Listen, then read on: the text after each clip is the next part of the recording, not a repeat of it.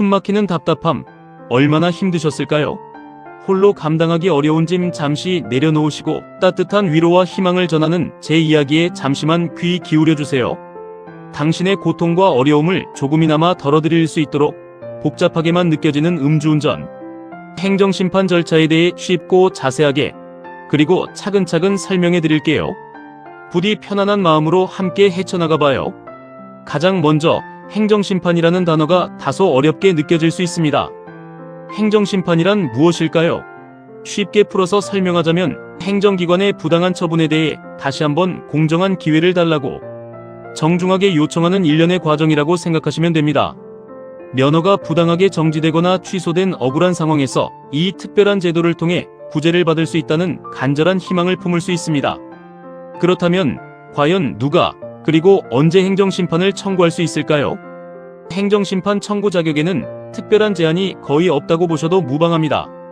중요한 점은 운전면허 취소 결정 통지서를 공식적으로 받은 후 90일이라는 제한된 기간 이내에 반드시 청구서를 제출해야 한다는 사실입니다. 이 소중한 기간을 잊지 말고 꼭 기억해 주세요. 단 90일 이내라도 처분이 있었던 날로부터 180일이 지나면 청구할 수 없으니 유의해야 합니다. 구체적으로 어떠한 경우에 행정심판을 청구하는 것이 현실적으로 가능할까요? 단순 음주운전으로 면허가 정지 또는 취소된 경우뿐만 아니라 위법하거나 부당한 음주 측정으로 인해 면허가 취소된 경우 혹은 음주 측정에 불응했다는 이유로 면허가 취소된 경우에도 행정심판을 통해 다시 한번 구제받을 수 있는 가능성이 열려 있습니다. 다만 안타깝게도 혈중알코올 농도가 0.1%를 명백히 초과하거나 음주운전으로 인해 인적피해, 즉 사람이 다치는 교통사고를 일으킨 경우에는 행정심판 청구가 어려울 수 있습니다. 자, 이제부터 행정심판의 복잡한 절차를 하나하나 자세히 알아볼까요? 가장 중요한 첫 번째 단계는 바로 심판. 청구서를 꼼꼼하게 작성하여 제출하는 것입니다. 운전면허 정지 또는 취소 처분을 공식적으로 통보받은 날짜로부터 90일 이내에 현재 주소지 관할 지방경찰청에 정성껏 작성한 심판 청구서를 제출해야 합니다.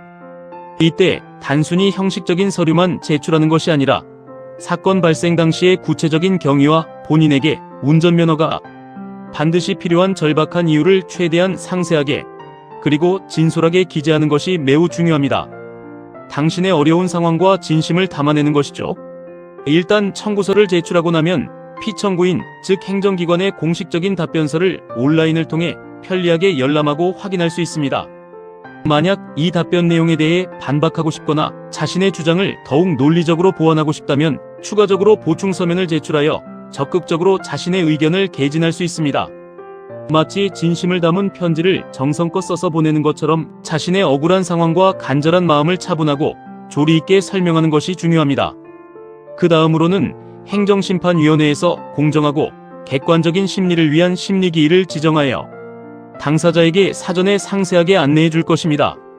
지정된 심리기일에는 행정심판위원회에서 모든 관련 자료를 면밀히 검토하고 심도 있는 심리를 진행하며 최종적으로 신중한 의결을 거쳐 결과를 결정하게 됩니다. 그리고 모든 심리 절차가 종료된 후에는 그 결과에 따른 재결서를 공식적으로 송부받게 됩니다. 이 모든 과정은 통상적으로 60일에서 90일 정도의 기간이 소요될 수 있다는 점을 미리 알고 계시면 도움이 될 것입니다. 행정심판을 진행하기 위해 사전에 준비해야 할 필수적인 서류는 무엇일까요? 가장 기본적인 서류로는 행정심판 청구서, 음주운전 단속 결과 통보서, 그리고 운전면허 취소 또는 정지 처분 결정 통지서가 있습니다. 이 외에도 운전 경력 증명서, 본인 및 가족의 경제적 상황을 입증할 수 있는 부채 증명원, 사회봉사활동이나 기부내역 등 사회기여 사실을 증명할 수 있는 관련 서류 등을 추가적으로 준비한다면 긍정적인 결과를 얻는 데 도움이 될 수 있습니다. 그렇다면 행정심판의 최종 결과는 구체적으로 어떻게 나타날까요? 행정심판 청구 기회는 아쉽게도 단 한 번밖에 주어지지 않지만 긍정적이고 희망적인 결과가 있을 경우에는 운전면허 취소라는 가혹한 처분이 110일 면허 정지 처분으로 감경될 수도 있습니다. 물론 행정심판 결과에 깨끗하게 승복하지 못하고 불복할 경우에는 행정소송이라는 또 다른 법적 절차를 제기할 수도 있습니다. 하지만 행정소송을 제기하기 위해서는 반드시 사전에 행정심판 절차를 먼저 거쳐야만 한다는 중요한 전제 조건이 있다는 점을 반드시 기억해 주시기 바랍니다. 행정심판이라는 제도가 혼자서는 너무나 막막하고 어렵게 느껴질 수 있습니다. 하지만 너무 큰 걱정은 하지 마세요. 전문가의 도움을 받는 것도 현명하고 좋은 방법이 될 수 있습니다. 당신의 개별적인 상황과 구체적인 사정에 맞는 최적의 구제 전략을 맞춤형으로 수립하고 복잡한 행정심판, 청구 절차 및 관련 소송 진행을 처음부터 끝까지 성심껏 도와줄 수 있는 든든한 조력자를 찾는다면 훨씬 수월하게 진행할 수 있을 것입니다. 마지막으로 행정심판 제도의 장점과 단점을 간략하게 정리해드리겠습니다. 주요 장점으로는 행정청의 전문적인 지식과 풍부한 경험을 활용할 수 있다는 점, 그리고 일반적인 소송 절차에 비해 상대적으로 절차가 간편하고 신속하게 진행된다는 점을 꼽을 수 있습니다. 하지만 법률 및 행정 절차에 대한 기본적인 이해가 필요하고 자신의 주장을 논리적으로 명확하게 설명하고 입증해야 한다는 점은 단점으로 작용할 수 있습니다. 지금까지 설명해드린 모든 정보가 당신에게 조금이나마 위로와 실질적인 도움이 되었기를 진심으로 바랍니다. 어렵고 힘든 시간 속에서도 희망을 잃지 마시고 긍정적인 마음으로 어려움을 극복하고 다시 일어서시기를 진심으로 응원하겠습니다. 이제 더 이상 좌절하거나 포기하지 마시고 당신의 소중한 권리를 되찾기 위해 적극적으로 행동할 시간입니다.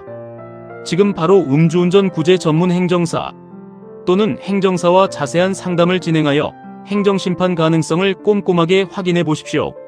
작은 희망의 씨앗이 놀라운 변화를 가져올 수 있다는 것을 잊지 마세요. 당신의 용기와 잠재력을 믿습니다.